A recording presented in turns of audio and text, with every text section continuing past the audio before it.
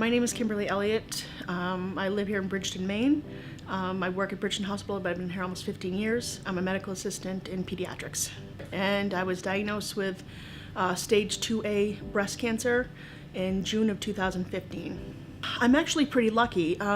My mother had breast cancer. She's had it several times. So they started doing mammograms for me the age my mother was when she first was diagnosed. So I think I was 35. And I almost canceled my appointment. I have gone every year. I've always been faithful about it. But I was in the middle of a move. I was in the middle of a job change. My middle son was graduating high school in a week. My youngest was about to start high school. My oldest just moved out of the house. There was a lot going on. And I was like, I'm gonna cancel that appointment. It's good. I can skip a year. But the thing about it was that I didn't cancel with 24 hours notice. So being in healthcare, I was like, no, I have to go now because I didn't give them notice, so I'm gonna have to go. And thank God I did. So I went from a BI-RAD score of 0 last year to a 5.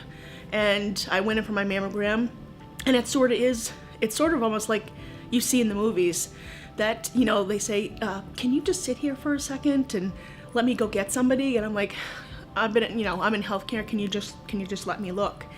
And she let me look, and I'm like, you don't have to be an oncologist to see that. That's not looking really great. And she's like, yeah, just stay here. They did an ultrasound and said, okay, we're gonna set you up the biopsy. This is all on a Friday.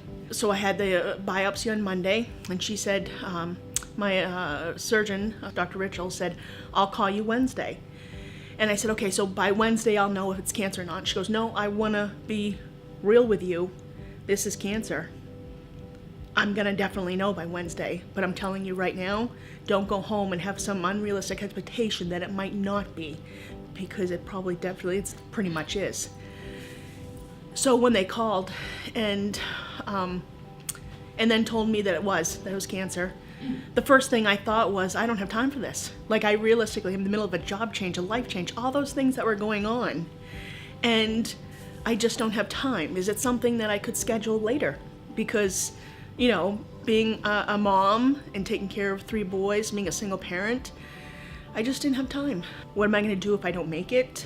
I have a special needs child who's 22. I had to set up a plan, do you know what I'm saying? So there's all those things that go with it. But I have to say I was never angry.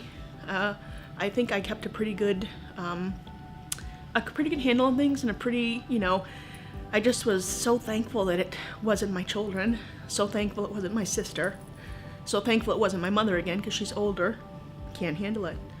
Even when I was being wheeled in, I brought a picture of my boys with me, so just that added of, just to let them know you're not just working on me, like these three kids are really what I'm trying to live for.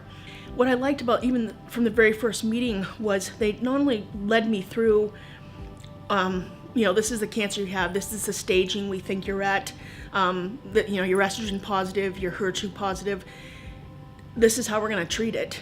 But we also have to look at how are we going to treat it such that it doesn't come back.